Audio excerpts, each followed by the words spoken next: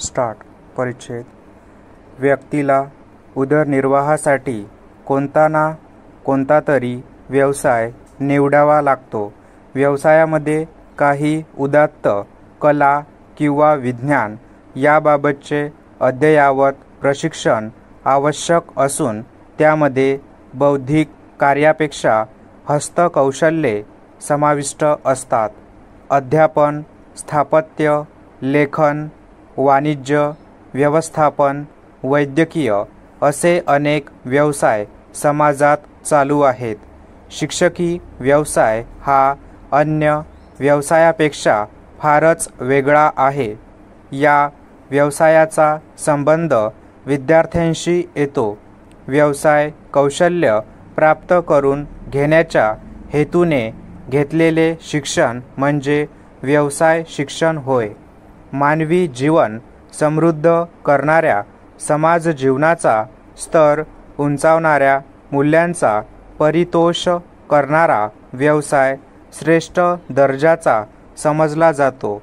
या दृष्टिकोनातून शिक्षकी व्यवसाय हा श्रेष्ठ व्यवसाय आहे. शिक्षक शिक्षणातील व्यावसायिक विकासासाठी प्रथम शिक्षक प्रशिक्षकातील व्यावसायिक विकास होणे आवश्यक असते. व्यावसायिक विकासात शिक्षकाची भूमिका ही आजीवन अध्ययनार्थी चिंतन, विषयाचे सखोल ज्ञान प्राप्त करणारा, संशोधक वृत्ती जोपासणारा, स्वयंमूल्यमापक अशी असली पाहिजे. प्रत्येक व्यवसायाला विशिष्ट मापदंड असतात. शिक्षक शिक्षण व्यवसायाला नैतिकतेचा आधार आहे. व्यवसाय निष्ठा, व्यासंग, निरंतर अध्ययनशीलता, विद्यार्थ्यांवर प्रेम, मर्यादित अर्थार्जन, ध्येयनिष्ठा, चारित्र्य संपन्नता, धर्मनिरपेक्षता शिक्षण व्यवसायाची नीतिमूल्ये आहेत. शिक्षण व्यवसायाची आचारसंहिता आहे. आचारसंहितेचे पालन करणे प्रत्येक शिक्षकाला बंधनकारक आहे. उत्तरदायित्व, बांधिलकी आणि सचोटी ही शिक्षक शिक्षणातील व्यावसायिक विकासाची 3 अंगे आहेत.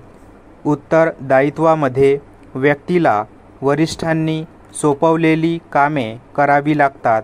ती ठराविक दर्जाप्रत ठराविक काळात पूर्ण करावी लागतात. ती कामे पूर्ण करण्यासाठी व्यक्तीला काही अधिकारही दिलेले असतात. त्या अधिकाराचा त्या व्यक्तीने वापर करावयाचा असतो.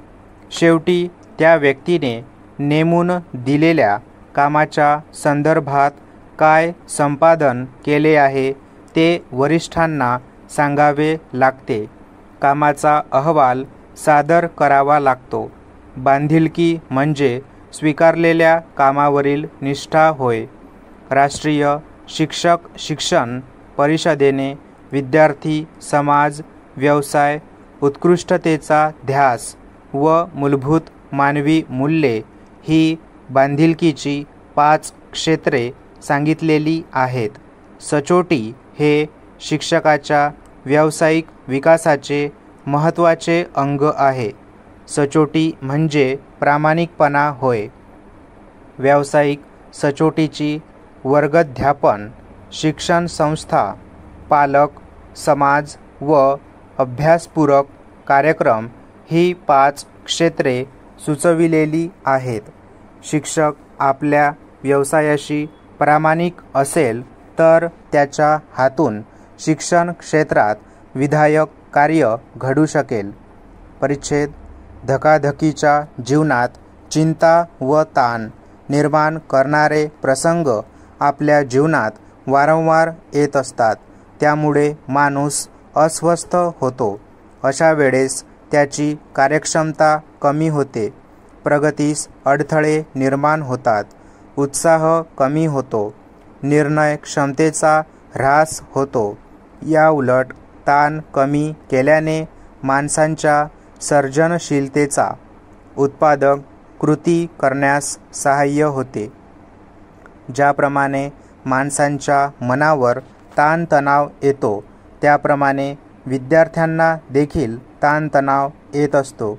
शिक्षणातील स्पर्धा, उच्च शिक्षणाची प्रवेश प्रक्रिया, परीक्षा, बेकारी, अभ्यासातील अपयश, कुटुंबातील वातावरण, आईवडील दोन्ही नोकरीवर त्यामुळे घरातील भावनिक कोंडमारा, आई वडिलांमधील भांडणे, आपल्यावर होणारा अन्याय यासारख्या अनेक कारणांमुळे विद्यार्थ्यांचा मानसिक तोल बिघडतो. त्याचा परिणाम त्याच्या प्रकृतीवर, वर्तनावर, स्वभावावर झालेला दिसून येतो. त्यामुळे तो चिडखोर बनतो. तसा तो कधीकधी बंडखोरही बनतो. काही वेळेला त्याच्या परिणामामुळे शारीरिक व्याधी, दुखणेही सुरू होऊ शकते. हे सर्व लक्षात येऊनही आपण काही करू शकत नाही, कारण बाह्य परिस्थितीवर माणूस नेहमीच नियंत्रण ठेवू शकत नाही.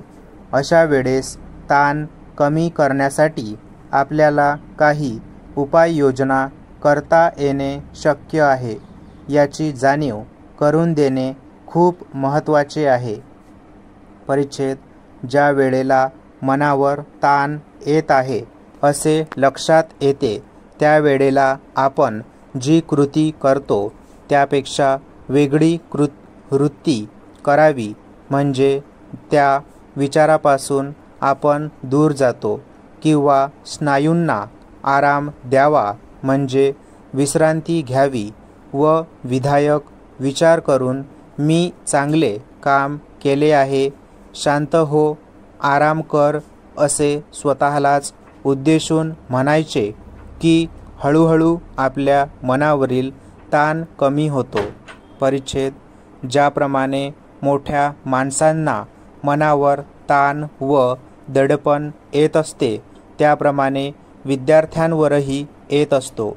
त्यातल्या त्यात कुमार वयातील विद्यार्थ्यांवर अधिक ताण येतो. विद्यार्थ्यांच्या दृष्टीने विचार केला असता नियमित अभ्यास करणे, वेळेवर शाळेत पोहोचणे, स्वाध्याय देणे, परीक्षा किंवा परीक्षेत कमी गुण मिळाले तरीही विद्यार्थ्यांवर ताण येतो. तसे शिक्षकांवरही दडपण येत असते. हल्लीच्या गुंतागुंतीच्या व धकाधकीच्या काळात अनेक वेळेला असे प्रसंग उद्भवतात की आपल्या मनावर ताण येतो किंवा दडपण येत असते व या ताणाचे शरीरावर व मनावर दुष्परिणाम होत असतात. म्हणूनच मनावरील ताण कमी कसा करता येईल हे जाणून घेणे अतिशय महत्त्वाचे आहे. वर्गात वाढती विद्यार्थ्यांची संख्या, शिक्षकावर अध्यापनाव्यतिरिक्त इतर कामांचा व्याप, एकंदरीत शिक्षकांच्या कामाचे बदलते स्वरूप या सर्वांचा विचार केला असता शिक्षकांना देखील कामाचे दडपण येत असते.